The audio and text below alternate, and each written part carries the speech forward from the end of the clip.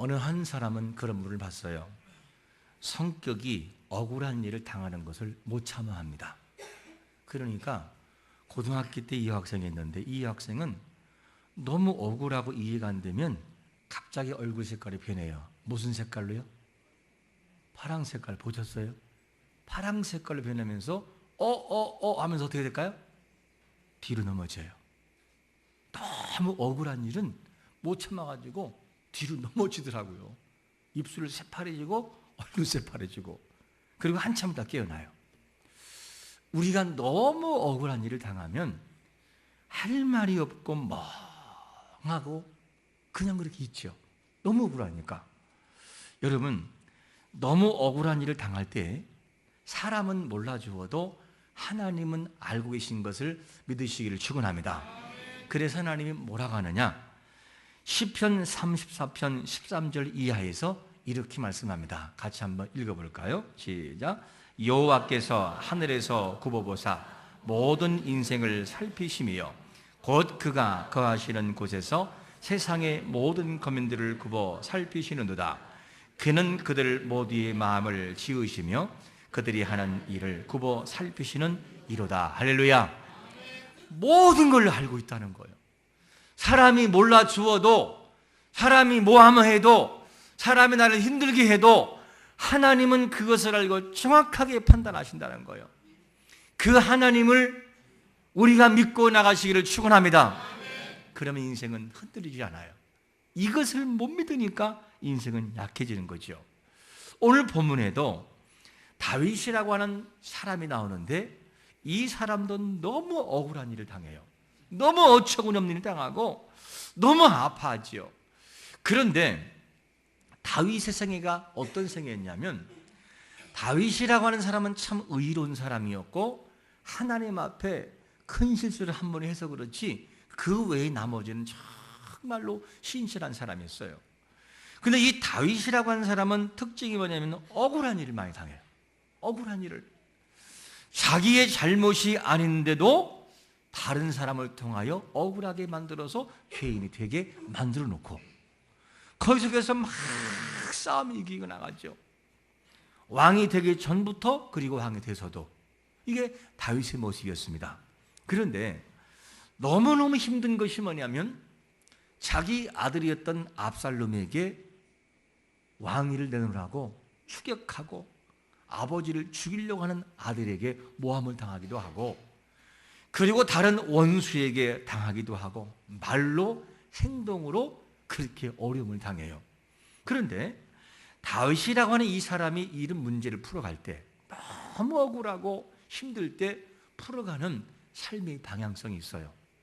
보통 사람과 다른 것이 있는데, 그게 뭐냐?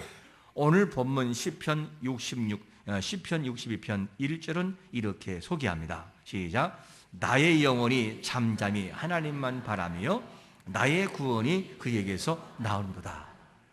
이 말씀을 바라보면 그림이 그려지는 것이 뭐냐?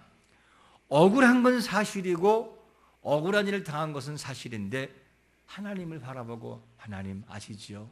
하나님 아시죠? 라는 그림이 그려져요. 그러니까 너무너무 억울한데 1절에서 다윗의 취하는 태도가 뭐냐면 막 주먹질을 하고 욕을 하고, 그리고 막 대항하는 것이 아니라 잠잠히 누구만? 하나님만 바라봐요. 근데 여러분, 이 억울한 일을 당할 때 잠잠히 하나님을 바라보는 것이 어려운 일이에요? 진짜 어려운 일이에요? 진짜 어려운 일이죠. 너무 어려워요. 왜냐? 내가 잘못했으면 그 일을 욕을 먹어도 우리는 싸요. 그런데 우리가 잘못이 없는데, 그런데 욕을 먹을 때는 속에서 뭐 올라와요? 불이 올라와요. 이렇게 막 올라와가지고 혈기가 나오고 고통이 나오고 막 말을 하고 싶고, 나를 자기를 해명하고 싶고 변명하고 싶고 안 그린 걸 증명하고 싶고, 이런 일만 올라와요. 그러니까 이런 마음이 있음에도 불구하고 다윗의 침착함을 잘 보여야 돼요. 그럼에도 불구하고 나의 영혼이 잠잠히 하나님만 바라보며. 이거는 아무나 하는 게 아니에요. 아무나 하는 게 아니라니까요. 억울함에도 불구하게 되고 잠잠이라고 하는 이 단어를 사용할 수 있는 것은 믿음이 있는 사람만 사용하지 없는 사람은 사용을 못하는 것이죠. 그래서 잠잠이라고 하는 이 단어, 두미아라는 이 단어를 보게 되면 그런 뜻입니다. 침묵을 말하고 말없이 그리고 조용히 기다리는 걸 말해요. 누가 해결할 때까지? 하나님이 해결할 때까지. 이게 보통 믿음이냐고요, 여러분요. 사람은 감정의 동물이기 때문에 뭔가 고통스럽고 억울하면 그 문제를 풀려고 합니다. 그런데 다윗은 위기 속에서 뭐 하느냐? 억울한 것은 사실이고 사실적인 문제인데 문제를 풀어가는 방향성이 달라져요. 사람에게 가지 않고 사람을 통해 하지 않고 하나님을 바라보는 다윗의 심정. 그러니까 다윗이 위대한 사람인 거예요. 우리는 보통 자꾸만 사람을 바라보잖아요. 그리고 내 속상한 것이 있으면 사람에게 자꾸만 이야기하잖아요. 나 이거 속상하다. 나 기분 나쁘다. 나 원래 이런 사람 아니다. 이러면서 이야기를 하지요. 그런데 누구를 탓하면 마음이 시원해지나요? 그거 안 돼요. 시원해지는 것이 아니라 더 마음만 공허해져요. 하나님이 에덴 동산에 아담과 하와를 창조해 놓았습니다. 그리고 가장 행복한 모습으로 살아갈 수 있게 만들어 놓았어요. 그런데 이 아담이, 즉 하와가 준 선악과를 먹고 따먹고 인류의 대표로서 죄인이 되어버렸어요. 이것을 알고 하나님께서 뭐라고 하느냐? 하나님이 아담아, 정말로 내가 너희에게 먹지 말라고 했던 그 선악과를 먹었냐? 열매를 먹었느냐? 하고 물으니까 아담이 뭐라고 하느냐면 창세기 3장 12절에서 이렇게 말씀합니다. 뭐라고 말씀하냐면 하나님이 어떻게? 주신 누가? 하나님이 주셔서 나와 함께한 누가? 여자 이 아내가 나에게 줬어요. 하나님. 그냥 여자라고 하는 것이 아니라 누가? 하나님이 주셔서 나와 함께한 여자. 이렇게 말을 하죠. 이것은 뭐냐면 자기 잘못이 큰 원인이 아니라 자기를 넘어지게 만든 여자, 그것도 하나님 준 당신이 선물한 여자가 나에게 줘서 내가 죄인 됐습니다. 이렇게 말하는 거죠. 그렇다고 마음이 시원해지나요? 아니죠. 그러니까 하나님이 또 물어요. 하와에게, 하와야, 너는 왜 그러면 그렇게 어떻게 해서 이런 일을 했느냐? 했더니만 창세기 3장 13절에서 뭐라고 말하냐면 여자가 이르되 누가? 뱀이 나를 깨물었어. 나를 깨가지고 제가 먹었다고. 잘못이 나에게 있다는 거 없다는 거예요? 없다는 거죠. 뱀에게 있다는 거죠. 이렇게 나중에는 뱀까지 가버리죠. 이것이 뭐냐면 사람의 방법으로 풀어가는 사람의 모습이에요. 그러니까 이렇게 남에게 전가한다고 해서 마음이 시원하느냐? 해결이 안 돼요. 그러니까 우리가 어려운 문제가 생기면 진짜 해결책은 어디에 있느냐? 잠잠히 하나님을 바라보고 하나님께 나가는 거예요. 하나님께 나가 그분을 의지하면 하나님이 해결하는 것을 믿으시기를 축원합니다. 그래서 사무엘상 1장에서 한나가 얼마나 억울한 일을 당했나요? 너무 억울해가지고 불이 나에게 막 정말로 속상하고 막 속에서 불이 올라올 때 뭐라고 하냐? 한나는 이렇게 했다는 거예요. 여호와께 기도하며 통곡했다. 이런 표현을 쓰고 있어요. 그러니까 통곡의 눈물을 가지고 나갔던 한나에게 뭘 주느냐? 이스라엘의 최고의 사사였던 누구를 선물해요? 사무엘을 하나님이 선물로 주어요. 여러분, 사람의 방법이 아닌 하나님의 방법을 통하여 출발하는 사람에게 좋은 것을 주시는 것을 믿으시기를 축원합니다. 하나님은 그런 분인 거죠. 그뿐만이 아니라 히스기야 왕이 병들어서 죽을 때가 됐어요. 그때 하나님이 사자를 보내가지고 뭐라 하느냐? 히스기야야, 짐 챙겨라. 가자. 그러면서 이렇게 죽을 것을 다 준비하고 있으니까 이때 히스기야가 뭐라 하느냐? 하나님 앞에 벽을 향해요. 사람들이 벽을 나간다는 것은 다 잃어버리고 오직 하나님만 바라봐요. 하나님만 바라보면서 하나님 한 번만 좀 봐달라고. 내가 지금까지 한 행위 같지 않냐고, 선하게 살지 않았냐고 하나님. 그러면서 간곡하게 히스기야가 기도했더니만 하나님이 뭘 주시느냐? 이런 은혜를 주셔요. 열왕기하 20장 5절입니다. 시작. 너는 돌아가서 내 백성의 주권자 히스기야에게 이르기를 왕의 조상 다윗의 하나님 여호와의 말씀이 내가 내 기도를 들었고 내 눈물을 보았노라. 내가 너를 낫게 하리니 내가 3일 만에 여호와의 성전에 올라가겠고.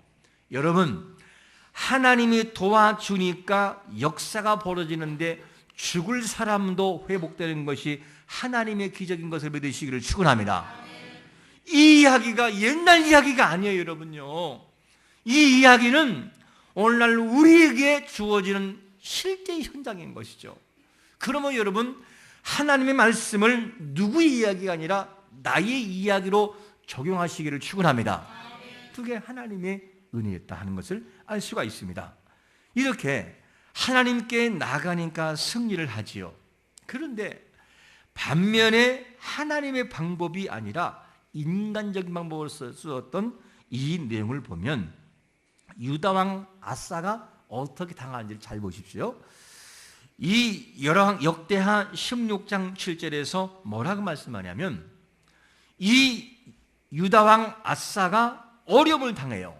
어려움을 당하는데 이 북이스라엘이 유다를 공격해서 쳐들어옵니다. 이때 이 아사가 누구에게 도움을 청하느냐? 아람왕 벤하닷에게 쫓아가요. 그래서 막 내문을 줘가지고 한번 도와달라고 그래가지고 벤하닷을 초청해요.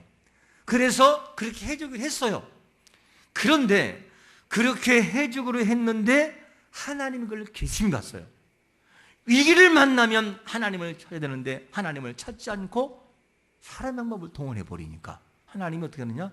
그 벤하닷의 마음을 감동시켜서 돌아가게 만들어요. 그래가지고 유다가 큰 위기를 겪는 이 말씀을 한 다음에 하나님이 뭐라고 하느냐? 이 아사에게 역대하 16장 9절에서 이렇게 말씀하셔요. 읽어볼까요? 시작.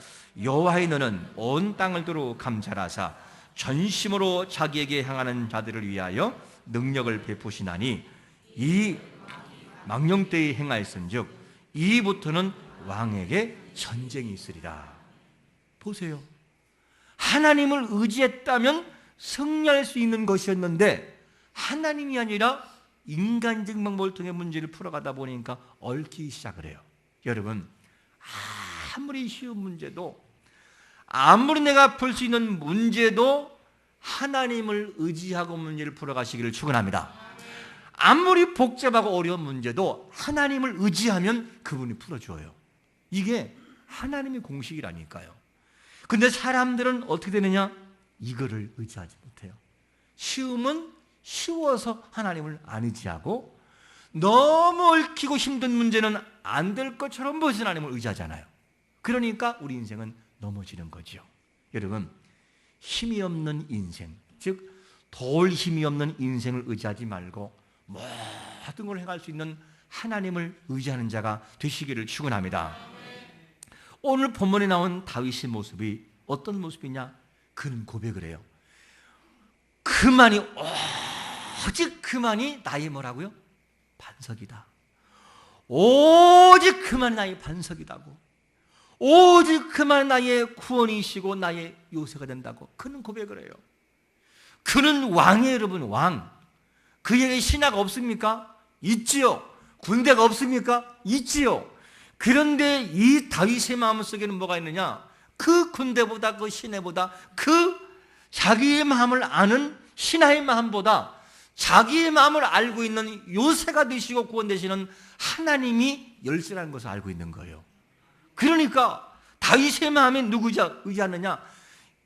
이 군대와 신하와 자기 곁에 있는 사람을 의지하는 것보다 홀로 하나님 앞에 나가서 잠잠히 하나님을 바라보고 그분을 의지하는 거예요.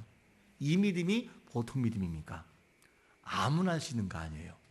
여러분, 정말 위기를 만날 때에 오직 우리의 구원자가 되시는 하나님 앞에 내 마음을 토로하시기를 축원합니다. 그러면 그분이 하나하나 정리하기 시작을 해요. 자, 참 신기합니다. 하나님이 그렇게 하십니다. 그래서 이 위기를 만난 이 다윗이 자기 스스로의 모습에서 자기 어려운 문제를 뭐에 비유하느냐?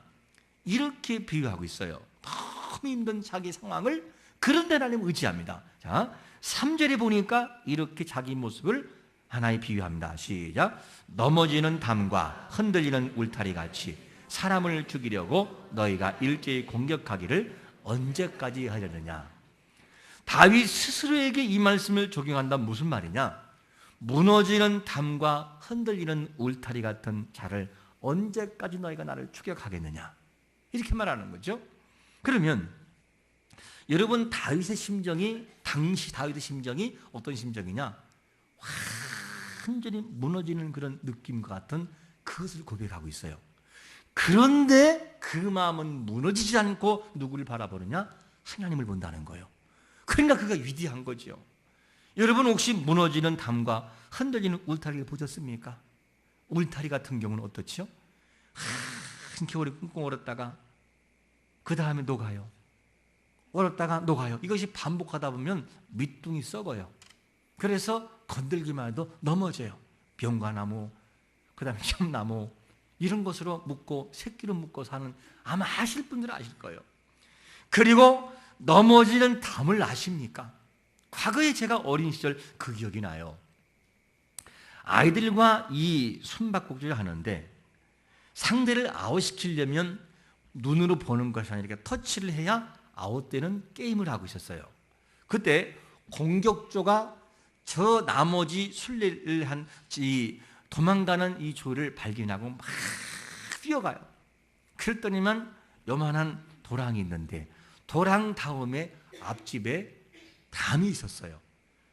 그런데 이 담이 있는데 담도 오래되면 반듯한 것이 어떻게 되죠? 기울어지기 시작을 해요. 나중엔 주인이 어떻게 하죠? 나무로 이것을 버팀목으로 만들어 놔요. 건드려 넘어져요. 근데 얘가 이거를 모르고 그냥 점프해서 훌쩍 뛰어넘은 다음에 그 울타리를 딱 잡고 발을 올리는 순간 어떻게 됐을까요?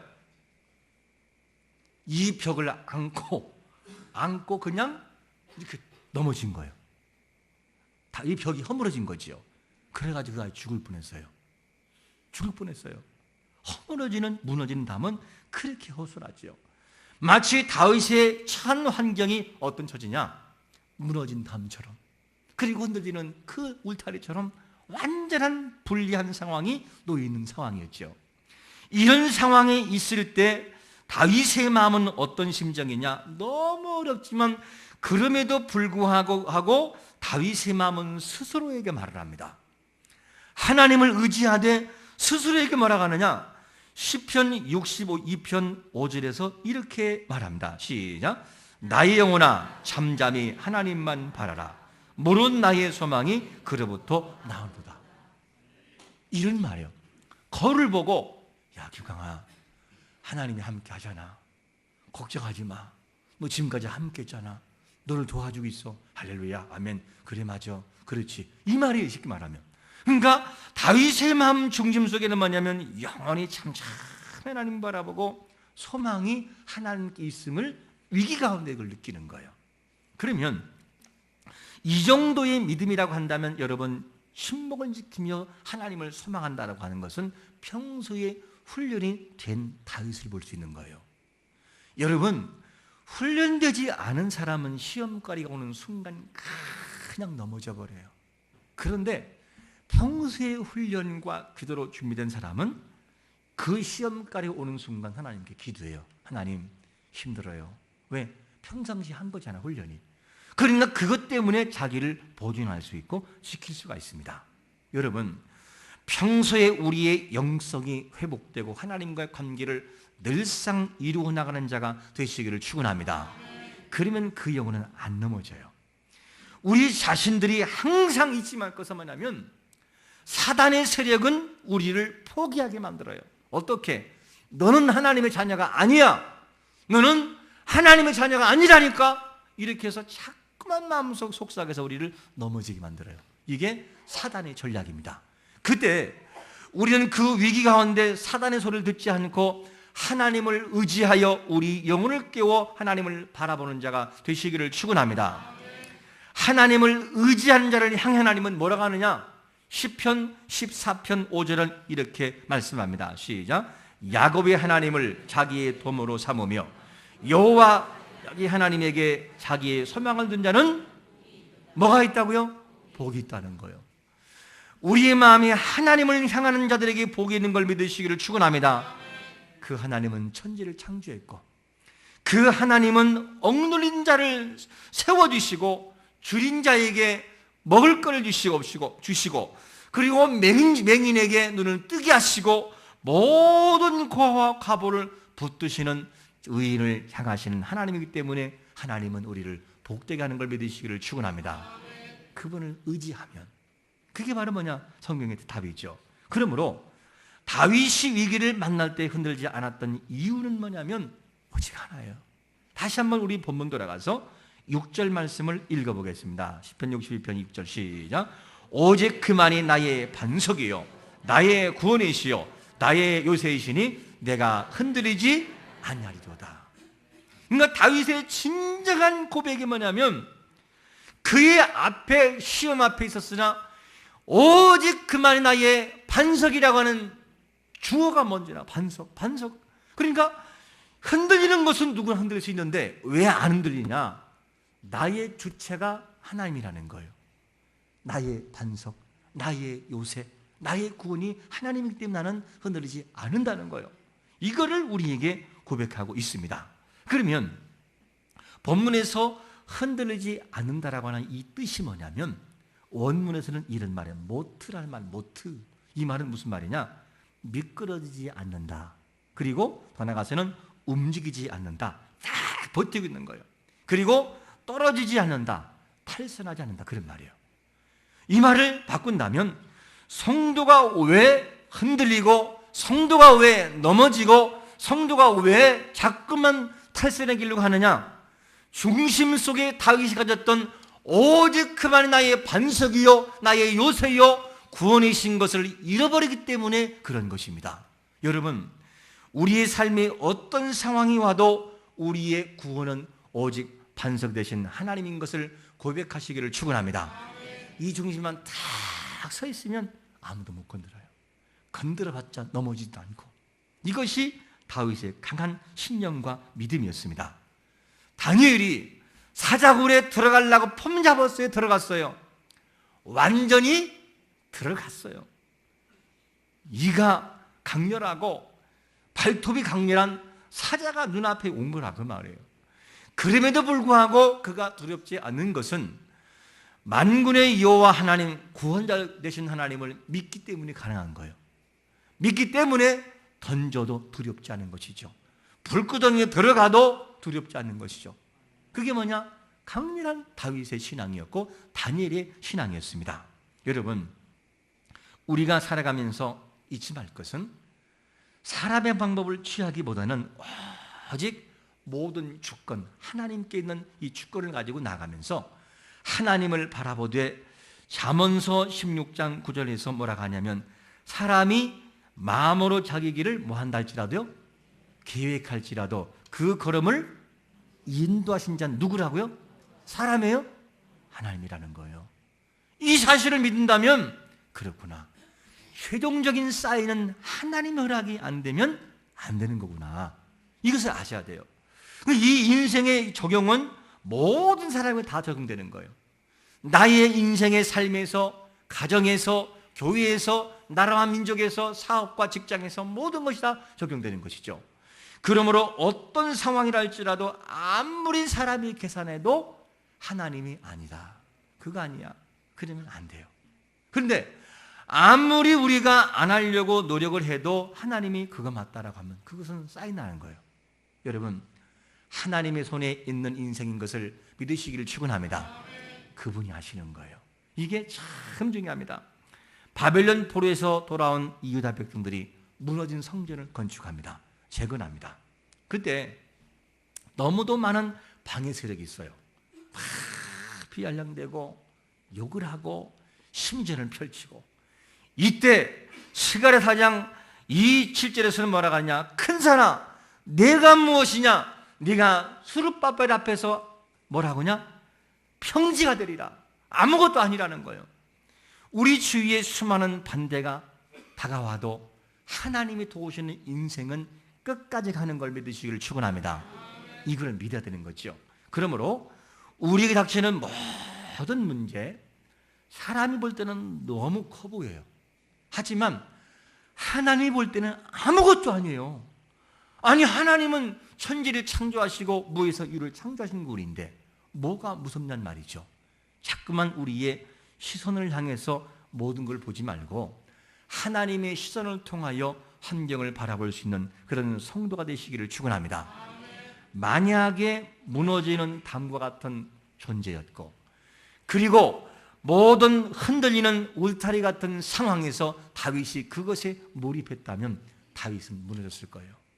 다윗은 절대로 그걸 못 이겼을 거예요. 그런데 다윗은 뭐라고 합니까? 그런 상황이 있을 때 아무리 힘들고 어려워도 오직 그만 나의 반석이요 구원이시요 요새라고 하는 강력한 믿음이 생겨버리니까 흔들림이 없다는 거예요. 여러분, 우리가 무엇을 의지하십니까? 다윗이 오직 하나님을 의지함으로 승리했다면 우리 또한 우리에게 주어진 환경 속에서 여호와를 믿고 신뢰하는 인생은 승리하게 되는 것을 믿으시기를 축원합니다. 우리 한번 같이 하겠습니다. 오직 그만이 우리의 반석이요 오직 그만이 우리의 구원이시요 요새임을 믿으시기를 축원합니다. 그 하나님이 한 주 동안도 여러분들과 함께 동행하시고 그 고백이 여러분들의 생각을 지배해서 행복한 성도의 삶을 살아내시기를 예수 그리스도의 이름으로 축원합니다. 아멘.